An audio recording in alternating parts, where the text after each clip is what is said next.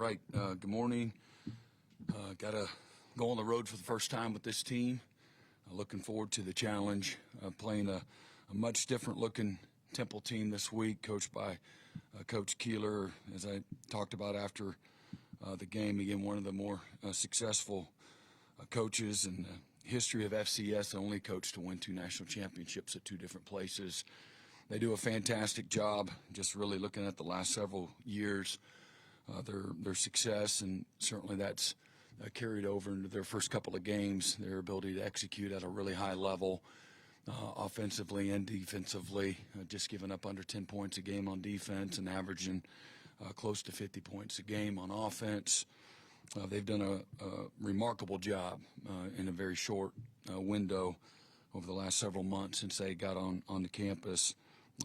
They got great balance in their offense, averaging 260 yards rushing a game, 255 passing. They've passed for 10 touchdowns and rushed for 3.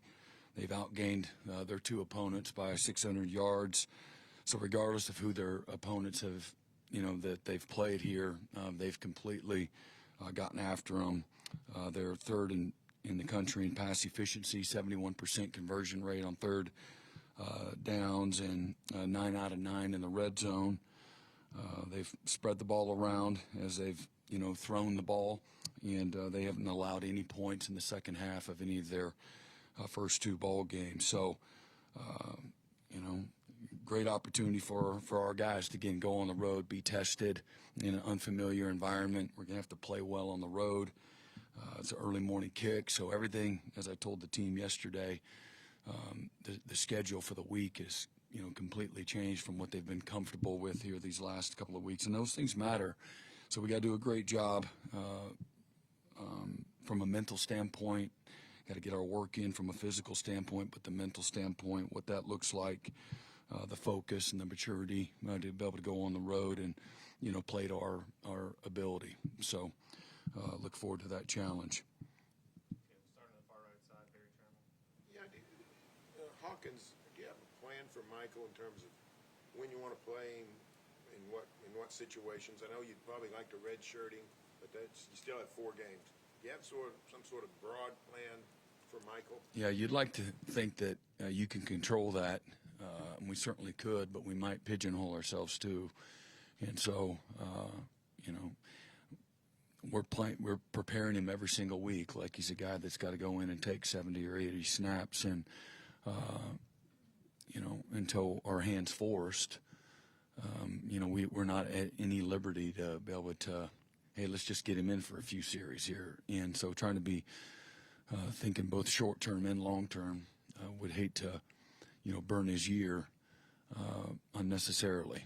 So, I think the course of the season will kind of work itself out. But we're going to be very mindful of not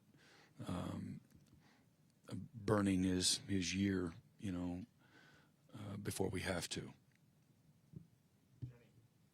Brent, John's ability to run has come to the forefront. Quarterbacks run differently. Some are speedy. Some want to run over guys. Mm-hmm. Looks like he's got the vision of a running back, Yeah. really. And I'm sure you've seen that against your defense in practice. What kind of challenge does that present a defense when you've got a quarterback who's not just fast, not just able to run over guys, but can make some moves out there? Yeah, no, he's a real weapon, in running the ball, and he does. To your point, he has really good instincts as a runner, great lateral quickness and the ability to change direction. He's an explosive runner and very efficient, and I think he's got to do a good job of, not taking, too many shots, and that kind of goes with the territory. He's built strong, and is really, compact, and so he can absorb some big hits. But it's a real weapon and keeps defenses in a really tough predicament because he can, throw the ball, with great ability as well. Brent, John was telling us after the game the other night that you talked to the team about the 23 Texas game and how they didn't get over that fast enough. What do you feel like you learned? Yeah. Well, again, it didn't have as much at Texas. We were 7-0. Texas happened to be the last one, And again, I got perspective. Again, we lost the next 2 games by 1 score, both on the road. You know, we turned the ball over 6 times. A recipe, regardless of, you know, of how the rest of the team plays, you turn the ball over, you're going to lose most of the time. And one of them was a pick 6 on the first drive of the game on the road at Kansas. And then we lost our bowl game, you know, with a first-time starting quarterback. We turned the ball over 6 times and gave up 2 more defensive touchdowns. So I have that perspective. That's not always indicative of the rest of the team didn't handle 7-0 well either. It's hard to overcome those mistakes and against anybody that has a pulse. So, you know, there's a balance, you know, with all of it, and it's just handling success. It's staying hungry, staying motivated, staying detailed, staying committed to a process and how you play well. And I've always felt like it's harder to manage a team that's doing really well as opposed to a team that doesn't think much of themselves. So this is kind of right on cue from what we've tried to prepare, you know, the team for. And when you come out here and you beat Michigan, then everybody's they want to interview you. They're going to talk Heisman. They're going to talk, you know, best defense ever, all of these things that come with that. And you got to be able to, you block out the noise before, you got to block it out now. And not an easy thing to do because everybody, I think human nature is people enjoy somebody saying nice things about them. And so doesn't help us win, doesn't help us in our process and how we got to start completely over, learn new DNA, and, you know, do the things that winning requires and success requires, and that's go right back to work and focus on what's in front of us. And so, you know, I do feel like it resonated. The test of time will tell. Mm-hmm.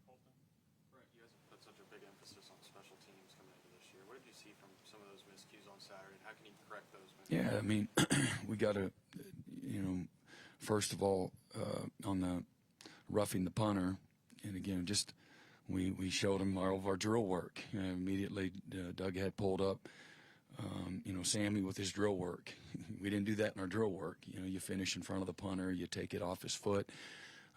If you're late, man, you got to buzz by to his outside, and if you're right on time from an alignment standpoint, from you know, taking the edge of the shield, you know, trimming the fat and coming nice and tight, man, then you finish in front of the punter.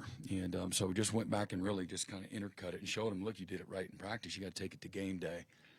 And then again, Isaiah, you know, he's been pretty good so far, and then just go back to the basics of, you know, catching the ball and, you know, getting people out of the way and some of the communication things. We got to be better there. Punter was fantastic. Our coverage teams on kickoff and punt team were elite. Protection was good on punt team. Gave up some leakage on our field goal. Bill pulled up the 2015 playoff game against Georgia in double overtime where we had a field goal blocked that kept us out of the national championship, and he talked the team through that yesterday, and the real why it's so important. The basics are what win for you. The basics are also how you get beat. It's the little things, never the big things. It's always the little things, and so it's trimming the fat on the punt block with Sammy. It's doing the right things in the field goal protection. You know, not putting 2 hands down on the inside gap. It's 1-on-1. And so you just go back over, use these moments to teach. We're fortunate. We won the game, having made a handful of those mistakes. But there's good and bad in all of it. And, you know, now this is an opportunity to get some things on film that you can coach from and show them how you lose a game, you know, and when it matters most. Yeah, Brent, going back to Jeannie's question about John and his ability to run, wondering when you were going through offensive coordinator candidates and watching film last year, how much did it intrigue you how much they did use the quarterback run game, John's ability and all of that, and how that maybe opens up a playbook for an offense when the quarterback can run like I mean, again, I just think about college football. You think about the NFL, everybody does it. So I don't think it's unique to Ben. And if you have a guy back there that can't run, then you don't force a square peg through a round circle. But you look at every really good offense, and that's what they're doing. So whether it's what they're doing in Washington in the NFL, or they're with the Buffalo Bills or the Baltimore Ravens or the Kansas City Chiefs, the Philadelphia Eagles that just won the Super Bowl, or you think about, just go down the list of the last several national championships, or in college football, or whether it's Cam Newton, or it was, Florida with Tim Tebow. I think there's a formula. You're going to play really good defenses, and so how can you get a +1 and have the trump card, if you will. So was that did I see that on film? Yeah, we saw that. But I do think that most modern offenses are doing it to some degree. And when you got a capable runner back there, you're willing to do that. There's always risk involved, as well. And you got to be prepared to live with that too. Mm-hmm. Brent, I wanted to ask you about Peyton Bowen. I know he dealt with some injuries, some lingering stuff the first couple years, but he played every snap against Michigan. Seemed like the consistency's there. Just how important have these first couple weeks been for him? Just having a baseline, being out there, being consistent. Yeah, starting in the summer, he was really started to amp things up, getting back into the flow of things. We kind of shelved him. The turf toe that he had, it's a very aggravating kind of injury that just is hard to go away unless you just completely get off of it. And he really responded well. I think that he recognizes he's had a great humility and a maturity about him, maybe more so. He's always been humble, but more so, I think he showed up with more of a purpose, like, all right, man, I'm running out of time. And he felt really good for the first time. I think he'd be the first one to tell you. And the game has slowed down tremendously for Peyton. And he's more and more comfortable from a leadership and a communication standpoint. He's able to see things from a different lens just by going on year 3. And then I think maybe also being injured the last couple of years just with some nagging. He had an ankle, foot, and then the toe. I think has created a different sense of purpose for him too. Mm-hmm. Yeah, Brent, we heard all last week, biggest recruiting weekend since you've been the head coach here. What was that balancing act of making sure you had the right product to go on the field Saturday night, but also trying to build the bond relationship with all the kids that were coming in? Well, we have a really deep staff. I think our front office staff, our recruiting staff, led by Jolie Ali, and then our full-time coaches as well played a part in that. Our committed prospects for the 2026 class also played a part, in hosting and recruiting as well.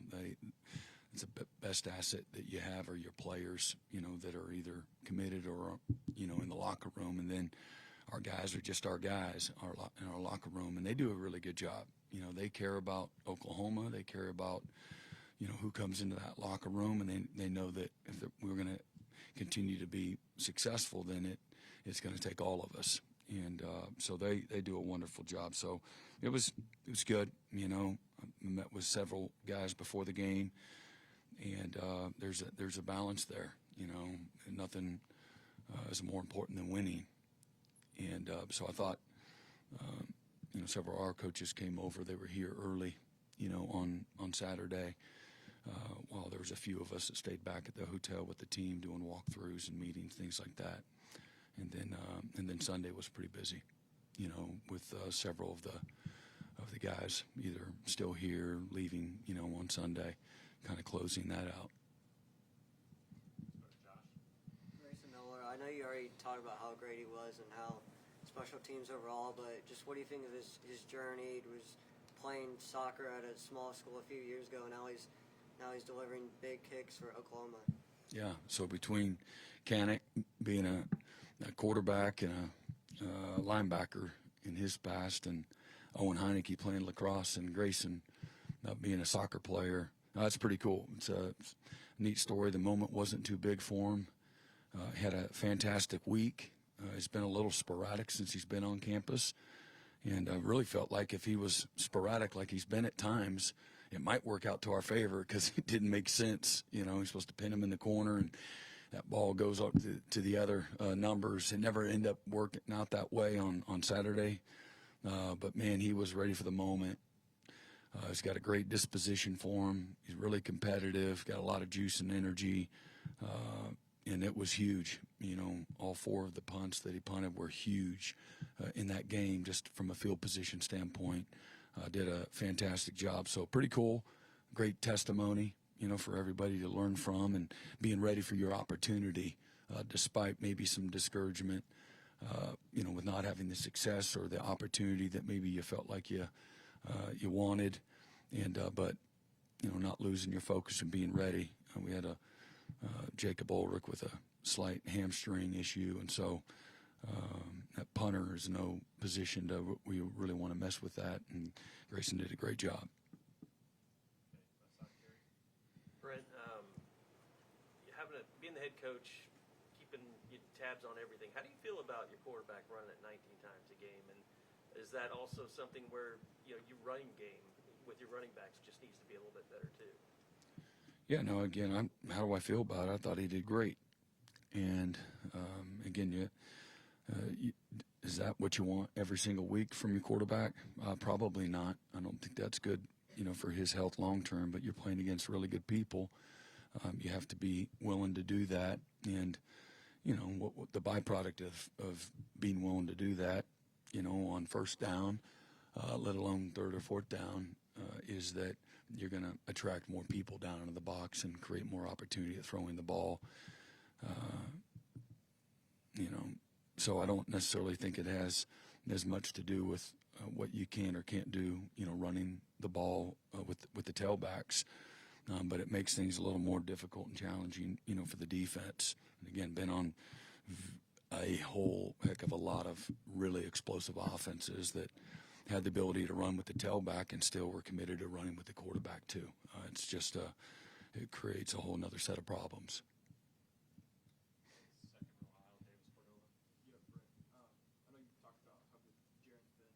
Switching over to tight end, but I just want to know, was there a learning curve for him over the spring and summer? Yeah, no doubt. He had a lot to learn, and I think that's why he was in the building every day. He studied certainly what systematically we were doing in this system and what he needed to learn and how he could get better mentally. But he also studied, you know, the best tight ends in college and the NFL too. He'd be the best to ask about, you know, what all the intimate details of what that looked like. But and he'd be the first one to tell you, you know, he's still learning and still improving. And I think you saw week 1 to week 2 just made some incremental improvement. And I guess there's a stat here. He's doing pretty good, just 2 games in. But he's like leading the SEC and maybe second in the country in receptions and yards or whatever. So, what's that? Total offense. So, he's been doing pretty good, and got a long ways to go. And nobody's handing out any badges for him yet, but he's been doing really good, and it's come from a lot of hard work. He's a very talented athlete, but his best qualities are just his sheer will and belief in himself. And he's a good weapon, you know, with the ball in his hands. He's got good quickness. He's got good speed. He's got good natural strength as well, and always finds a way to fall forward. Following up on that, who are some guys from your past who have made the transition from one side of the ball to another, who have had success? Yeah. I look at a guy like me, just thinking about guys here at Oklahoma. Jamal Brown was the number 1 D tackle in the country, and played it on defense, probably like Stone did, you know, under 100 snaps as a true freshman. He was big and strong, but he was a little stiff, had a hard time bending. And he moved over after his freshman year and won the Lombardi and 2-time All-American, first-round draft pick. Andre Wofolk went from receiver to corner and became a first-round corner. Isaiah Simmons recruited. He was out of high school. He was a high school receiver, and we moved him to safety, and then ended up moving to linebacker, and he ended up winning the Butkus Award. A lot of people recruited Dusty Dvorak as an offensive guard, and he played a little bit of both in high school. I don't know, doesn't really constitute moving. Derek Strait was a high school quarterback, played no defense, and he ended up winning the Thorpe Award after a red shirt his freshman year. But I'm sure there's several other guys. Dan Cody was a quarterback and a kicker. Played a little bit of a linebacker, stand-up linebacker, and ended up winning the Ted Hendricks Award as the best defensive end in college. But so anyway, there's a few guys. I'm sure our own roster's probably got a few more, but those are guys that come to mind. Mm-hmm. Brent, after, I've covered you a long time, so I know you're never satisfied on defense. But what do you think of your defense after 2 games? What do you think you have? Well, I think they've,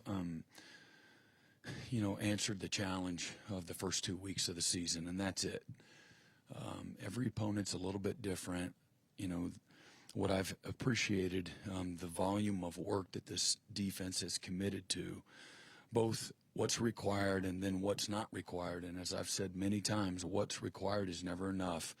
And these guys have been willing to do more than what's required over a long period of time. And now the challenge of the season is, okay, you've had a little success, your willingness to go right back at it. And with the same passion, with the same detail, with the same energy, with the same hunger, with the same toughness. If you don't, then you'll be one of those few teams, because we're not good enough just to show up and not do what's required. Most people aren't, and you'll get exposed quickly. So whether that's you saw it last weekend in college football. Army goes into K-State. South Florida goes into the swamp.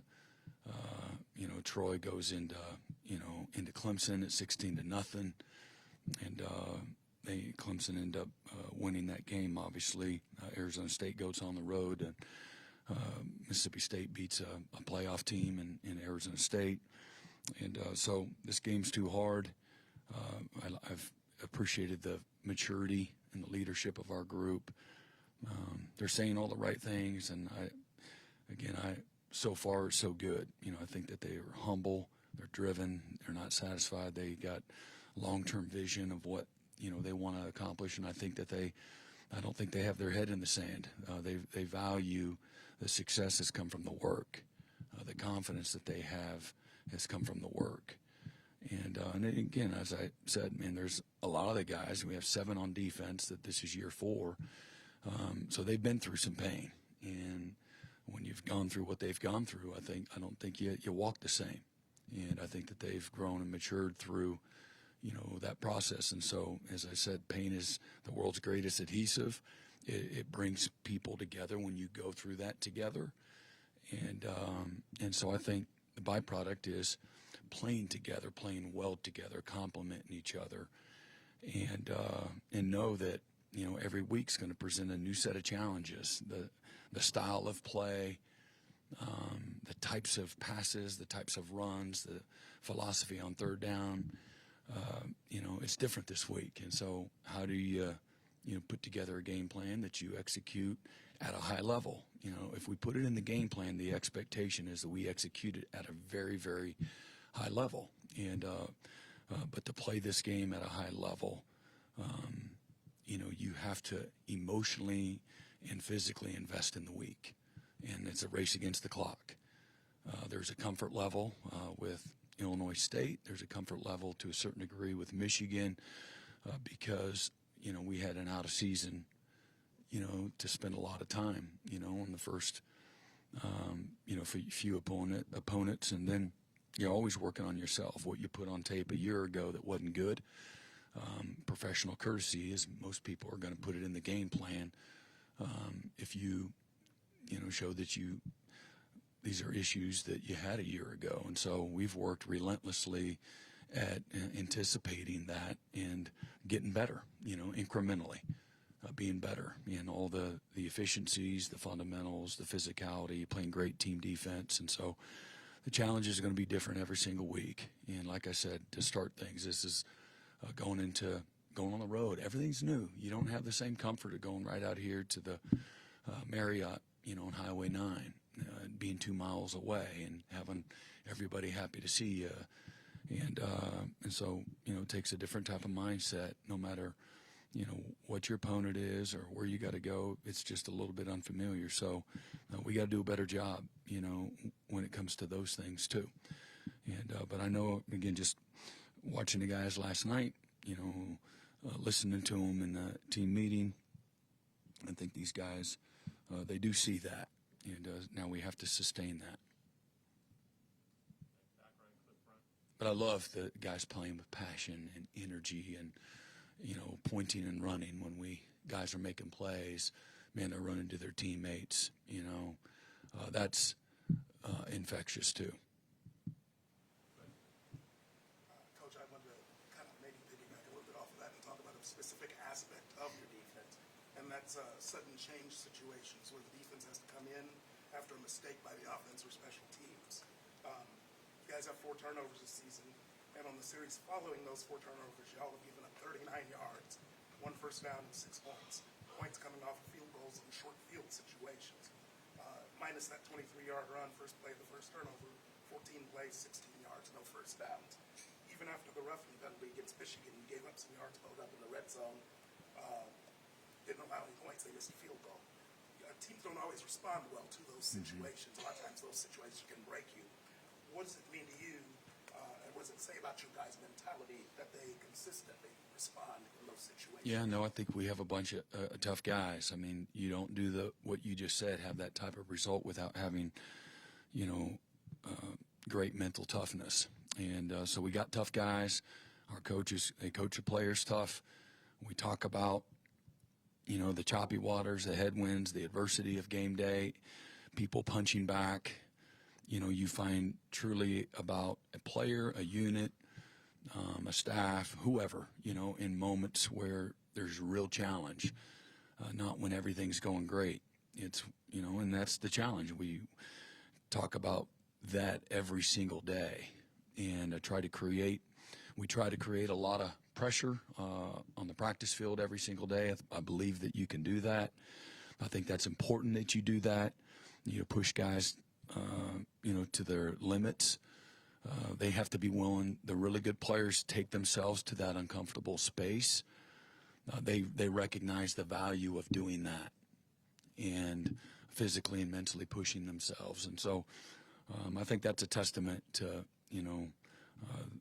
the heart and soul of these players to continually to do that, and the coaches that have developed that trait as well. I think you can recruit it, and I think you nurture it, and then you practice it often. Time for one more. Back to the left side, Jake. Coach, you talked about Owen last week, his desire, his determination to make an impression and to get some playing time. Had to be fun on Saturday to watch some of that come to fruition, all the hard work and determination he's put in. Yeah, that's to me what it's all about. And I think, another byproduct of that is some other guys that maybe have been fighting for an opportunity. And I think it lends credibility for them to keep swinging, keep working, keep being prepared. It's great. Owen is a well-respected. He's a really good leader. He's made the most of his opportunity. I think he's shown that he's a really good athlete, got great instincts. He plays wide open. He's got tremendous endurance. He understands how he fits into his role and everybody around him. That's why he plays aggressive, because he knows I got to come under that block because the safety's outside of me. So he can shoot his gun in a really fast, explosive way, taking away, reducing pad surface and things like that. He knows within the system, that's where I fit. And so he looks extra fast, and he looks like he knows what play's coming. But I think that's the confidence of knowing the system and what everybody else is doing, not just his job. And we meet as a back seven every single day to try to get guys like him to play that fast. So it's not centered on just linebacker position and what you're supposed to do. It's the why. It's what everybody else around you is doing. And so collectively, I think you're seeing more and more guys like Owen that are playing in a fast, sure kind of way. And but really proud of him not giving up on himself and not giving up on his opportunity. As I said, I kept throwing him out of practice, like, man, literally, get the hell out. I just told you. And shame on me. But give credit to him. He's the one that's put all the work in and continued to keep showing up, even if he didn't have the same opportunity that he's experiencing, right now. That can get, I'm sure, discouraging for a lot of people. And, his family support him. His Uncle Corey has supported him. And what a great testament. He's good soil, he's good bamboo. And the law of the bamboo tree, right? That you just keep watering the bamboo, and eventually, if you got the right soil, you got the right stuff, that, man, you have the kind of, moment that he's having right now. All right, you got it. Thank you.